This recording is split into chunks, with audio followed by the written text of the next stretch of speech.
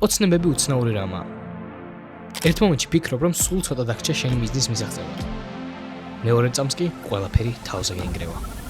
რა თქმა უნდა, არავინ იცის წინასწარ თუ როდის დადგება შენი დრო. ოცნებებს ყველა სხვადასხვა ასაკში ისრულებს. მაგრამ რა მოხდება, თუ შენს ოცნებას ადრეულ ასაკში აისრულებ?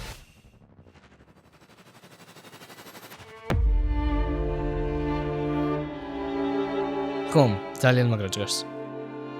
მაგრამ არავინ გეუბნებათ იმას, თუ რა მოყვება ამ ოცნებების ასრულებას.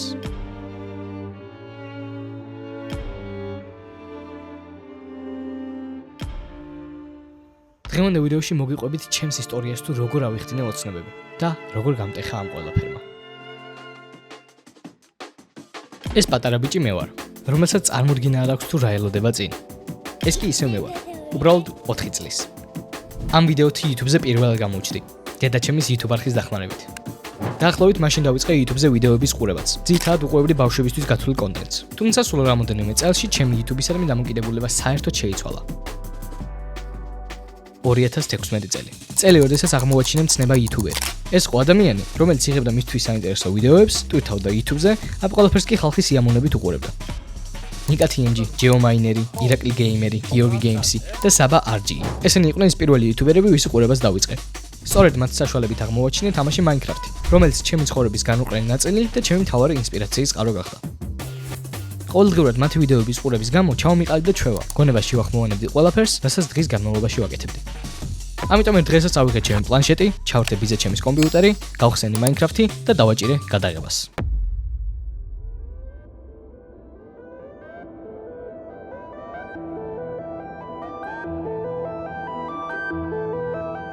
მეგობრებო, მე ვარ საბა გეიმერი და დღეს ჩვენ ვითამაშებთ Minecraft. რა თქმა უნდა, survival. და დავწყეთ. რადგან ყოველთვის უთქმელი და რაღაც დონეზე ჩაკეტილი ინტროვერტი ბავშვი ვიყავი, YouTube იყო ერთ-ერთი საშუალება, რითაც ჩემს ფიქრებს და ემოციებს რეალობად ვაქცევდი. სწორედ მაშინ მივხვდი, რომ ცხოვრებაში პირველად YouTuber-ებს კი არ ვუყურებდი, არამედ თავად ხდებოდი ერთ-ერთი მათგანი. საბა გეიმერი და დღეს მე კითხვებზე პასუხი შევატარე. ეს ყველაფერი კი ძალიან მომეწონა.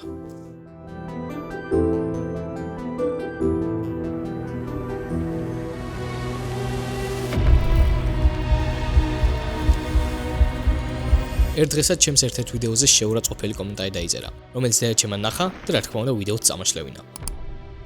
მახსოვს იმ დღეს როგორ გზომდი ყველა იმ ემოციას, რაც კი შეიძლებოდა მეგრძნო. ბრაზი, ზიზღი, იმედგაცრუება, გაურკვევლობა. ვერ ხვდებოდი ასეთ სიტყვები სრულიად უცხო ადამიანისთვის როგორ უნდა გეკადრებინა. განსაკუთრებით მაშინ, როცა ეს ადამიანი 6 წლის ბავშვი იყო. ამ ამბის შემდეგ კი დიდი ხნის მანძილზე ვიდეო არ გამიკეთებია.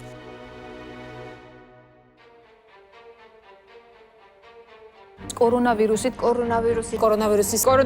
486 ახალი შემთხვევა გამოვლინდა და 13 პაციენტი გარდაიცვალა. მსოფლიო შესაძლოა ახალი პანდემიის საფრთხის წინაშე დადგეს. ჩინეთში ახალი შტამის კორონავირუსით ინფიცირებულთა რიცხვი სულ უფრო იზრდება. 2020 წელს, როცა კორონავირუსი გამოჩნდა და ყველა სახლებში გამოკეტეს, მივხვდი თუ რამდენი დრო მქონდა იმისათვის, რომ ჩემი საყვარელი საქმე უკეთესად გამეკეთებინა. კარანტინის გამო ყველა დღე ერთნაირი იყო. ვიღვიძებდი, შევდიოდი ონლაინ გაკვეთილებზე, ვაკეთებდი ჩემი მოვალეობის მინიმუმს. შემდეგ კი ვთიშავდი მიკროფონს და YouTube-ში ვიკარგებოდი. თუმცა დროის ფლანგვის ნაცვლად ვიდეო მონტაჟის გაკვეთილებს ვუყურებდი, იმ იმედით, რომ ოდესმე მეც გავაკეთებდი ასეთ მაგარ ვიდეოებს. რა თქმა უნდა, არც ამ ყველაფერს ჩაუვლია უარყოფითი გამოხმაურების გარეშე. ყველა ფიქრობდა, რომ დროს კარგავდი და სკოლისთვის უნდა მიმეხედა. წლების მანძილზე ვაკეთებდი მხოლოდ ერთ რაღაცას, ვიჯექ კომპიუტერთან და ვსწავლობდი იმას, რაც ასე ძალიან მიყვარდა. არ დავდიოდი გასართობად, დაბადების დღეებზე, ოჯახურ შეკრებებზე. ამის გამო ზოგს გიჟის კი ვეგონე. მეუბნებოდნენ, რომ ასე თუ გავაგრძელებდი, მარტო ვიქნებოდი და მეგობრების კი არ მეყოლებოდა. თუმცა, რა თქმა უნდა, მე არავის უსვენდი. ახლა კი ცოტა გადავახვიოთ. 2023 წელი. გავიცანი რუტო, რომელსაც ოპერატორი სჭირდებოდა და კი მჭირდებოდა კარგი მასწავლებელი. ჩვენი ერთწლიანი თანამშრომლობის შემდეგ მე უკვე სრულყოფილი YouTuber-ი გავხდი. შემეძლო thumbnail-ების კეთება, YouTube ვიდეოების დამონტაჟება, დაგეგმვა, გადაღება. ასევე გამომიჯდა ჩემი პირველი ვიდეო მონტაჟის კლიენტი, ელოშა, რომელსაც უკვე ძალიან კარგად იცნობ. სწორედ ასე განვითარდი და ავითვისე ყველა ის უნარი, რაც სრულყოფილ YouTuber-ს სჭირდებოდა. და მივხვდი, რომ ეს ყველაფერი, რაზეც მთელი ეს დრო ვოცნებობდი, ნელა რეალობად იქცეოდა.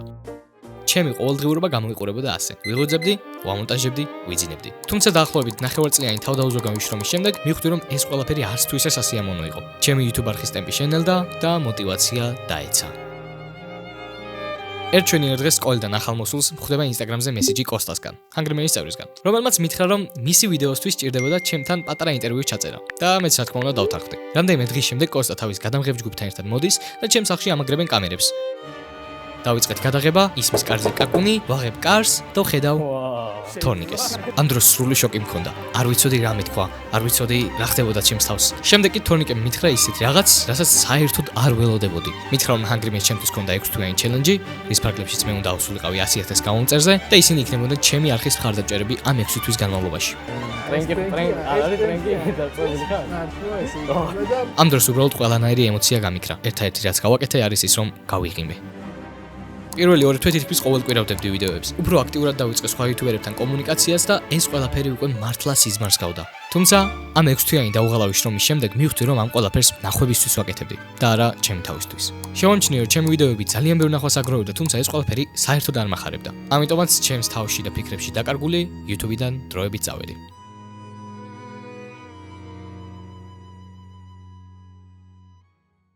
გამარჯობა. დიახ, დაუბრუნდი. სად ვიყავი ეს 3 თვე? არც მე არ ვიცი. მომენტესად ვისვენებდი და ვფიქრობდი იმაზე თუ რა შეიძლება გამეკეთებინა ცხოვრებაში.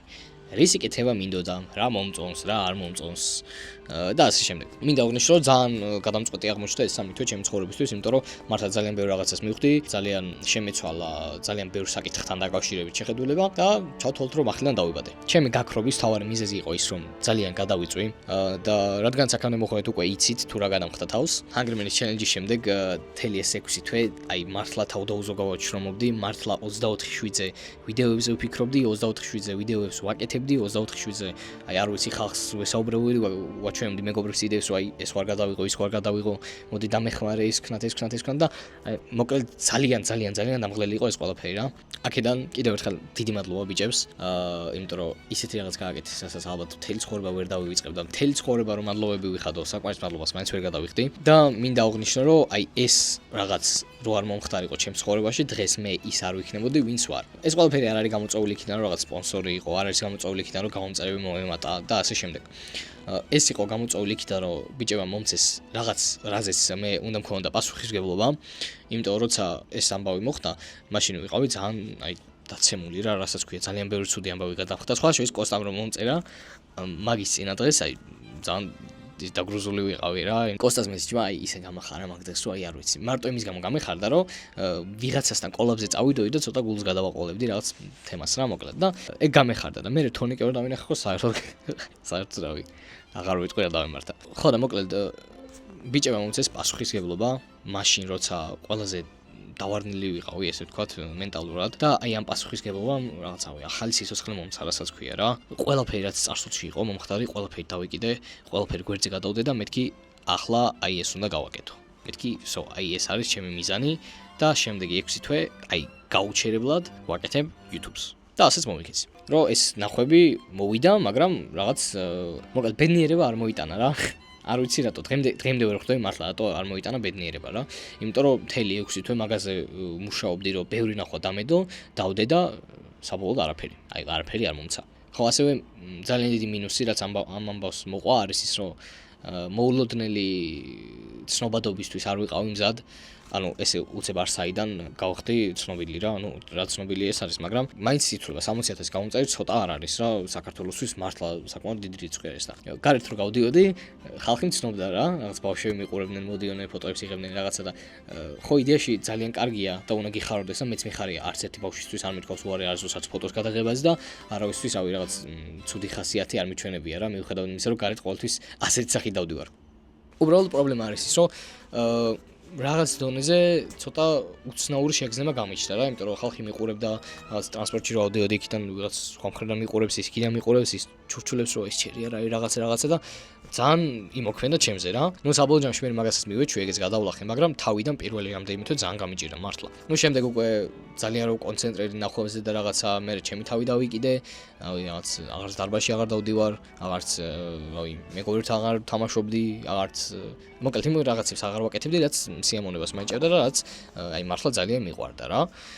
და მე მივხვდი რომ ცოტა ხანი უნდა გავჩერდეთ, ცოტა ხანი აღარ გვინდა, იმიტომ რომ მართლა გადავიწვი რა. რჩევა ჩემგან ამ გამოცდილების შემდეგ იქნება ის, რომ თქვენს ოცნებებზე არასოდეს თქვა თუ არის აი არასოდეს რაც უნდა მოხდეს ვიღაცამ რაღაც გითხრათ და გითხრათ რომ არ გამოგივა და რაღაც ცუდი აზრია და შეეშვი არ არის შენი საქმე ასე შემდეგ არ დაუჯეროთ არავის არ მოусმინოთ. Ჩემი ცხოვრების მანძილზე ვიყავი ეგეთი ტიპი რა, არასდროს არავის არ უსმენდი, მართლა. ბავშვობიდანაც აი ყოველთვის ვიღაცა რაღაც მეუბნებოდა რომ აი ეს არ გააკეთო, არ უსმენდი. აი ეს კონტენტი არ გინდა, არ გააკეთო. ანუ რავი, YouTube დებილობაა, რა თქინდა.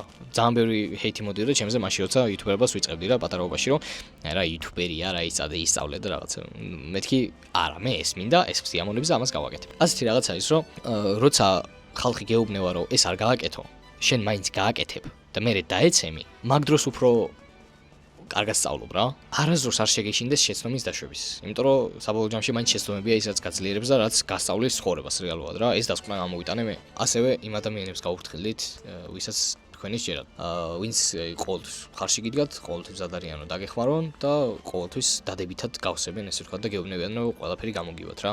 ეგეთ ადამიანებს გავუფრთხილდით. იმიტომ რომ ჩემი მეგობრები რომლებიც მთელი ამ დროის მანძილზე გვერდში მედგნენ, ვიდეოს გადაღება როგორც კი მჭირდებოდა, ეგრევე ურეკავდი რომ ხვალ რო გავიდეთ, ხო შეძლებთ ვიდეო რო გადავიღოთ. გავდიოდით 5 კაცი გავდიოდით ხოლმე, ხან 4, ხან 2, მე და ნიკა, ხან რა ვიცი, მოკლედ. თავარი ტიპები, ვინც ჩემ ვიდეოებში ჩანდნენ, იყო ნიკა, რა თქმა უნდა, ლუკა, ჩემი პირველი ოპერატორი, რომელიც არ ჩანდა ვიდეოებში, მაგრამ ეს ყველაფერი დაიწყო, მაშინ გვერდში მედგა და რამდენიმე ვიდეო გადამაღებინა რა. საბა, ჩემი მესამე მეგობარი, რომელიც რამდენიმე ვიდეოში ჩანს. და მოკლედ აი ეს ტიპები იყვნენ ის ადამიანები, ვინც მართლა გვერდში მედგნენ მთელი ამ დროის მანძილზე და ეჭვი არასდროს არ შეუტანია ჩემში რა და არასდროს არ უფიქრეთ ის რომ აი ვერ მიაღწევს რაღაცას რა. მიუხედავად იმისა რომ 100.000-ზე ვერ ავედი. მართალია ამით იმედები გაგისურვეთ ყველას რა 100.000-ზე რო ვერ ავედი, მაგრამ საბოლოო ჯამში უფრო მეტი რაღაც ვისწავლე ვიდრე ამ 100.000 ასულით ვისწავლდი. ხო, ნუ რა თქმა უნდა, ჩემი მთავარი ხარდამჭერები, ჩემი მშობლები, რომელიც ყოველთვის გვერდში მიდგან და ყოველთვის მეხმარებია ყველაფრის მიღწევაში. ხო, აქვე კიდე მინდა კაკოს გადავხელო, დიდი მადლობა. ვიცი რომ ამ ვიდეოს უყურებს რა. დაახლოებით 1 კვირის წინ შევხვდით ჩვენ რაღაც გადაღებაზე და მითხრა რომ ჩემი იმედი აქვს. ნუ არ ვიცი ეგ რას ნიშნავს რა, მაგრამ ძალიან მესიამოვნა მაგის მოსვენა იმ ადამიანისგან, ვინც ჩემი აზრით დღეს საუკეთესო კონტენტს აკეთებს საქართველოში რა. და როცა საქართველოში საუკეთესო იუთუბერი გეუბნება მაგას რომ აი შენი იმედი აქვს, ესე იგი მართლა გაქვს მაგის შესაძლებლობა რომ რაღაც მაგარი შექმნა რა. ხო, და კიდევ სულ დამოვიწყო. მადლობა მინდა გადავხადო კიდევ ნონსენს. ვინც არცით, ნონსენსი არის არხი და არის ბიჭი, იუთუბერი, რომელსაც წლებია ვუყურებ და ამ ვიდეოს კეთებისას ძალიან ბევრი ინსპირაცია და ძალიან ბევრი იდეა მომივიდა მაშინ, როცა ვუყურებდი გიოს ვიდეოებს რა. და ჩემი აზრით, რატომღაც ძალიან დაუფასებელი არის საქართველოში. ხო, და ჩემი თხოვნა იქნება, რომ აღწერაში იქნება ლინკი და გადახვიდეთ გიოს არხზე, ვინც არიცით და ვინც იცით და გამოწერილი არ გაქვთ, გამოიწერეთ, იმიტომ რომ მართლა ძალიან დიდი წვლილი მიუძღვის ამ ვიდეოს კეთებაში ირიბად. იმიტომ რომ მართლა ბევრი იდეა სხვა კადრების გადაღების რაღაც რაკურსების და ფერთა თამაშის და ასე შემდეგ ბევრი რაღაც იდეა მომივიდა გიოს ვიდეოს ყურების დროს, ასე რომ რო არ ვახსენო არ შემიძლია. ხო, ეს მონაკვეთი ძალიან ექსპრონტად გადავწყვიტე რომ ჩამეწერა, საერთოდ არ ვაპირებდი რომ ვიდეოში ესეთი რაღაც ყოფილიყო, ესეთი ფორმატი, მაგრამ ბოლოს მომიდა რომ ესეთი 1-2 სიტყვა მეთქვა და ხალხისთვის მადლობა გადამეხადა და თქვენთვის პატარა რჩევა მომეცა და ხო, აი აქ ხალხ ვზივარ და ვლაპარაკობ. ასე რომ მე მგონი ჩემი სათქმელი რაც მინდოდა რომ მეთქვა, ჯერჯერობით ყველაფერი ვთქვი. შევეცდები რომ ამდენი ხნით აღარ გადავიკარგო. მადლობა ყურადღებისთვის. თქვენთან იყო ჩერი, აბაჰე და აბაჰო, ჩვენ კიდე შევხვდებით შემდგომ ვიდეოში. Peace. ძალიან მომენატრა ამის თქვა.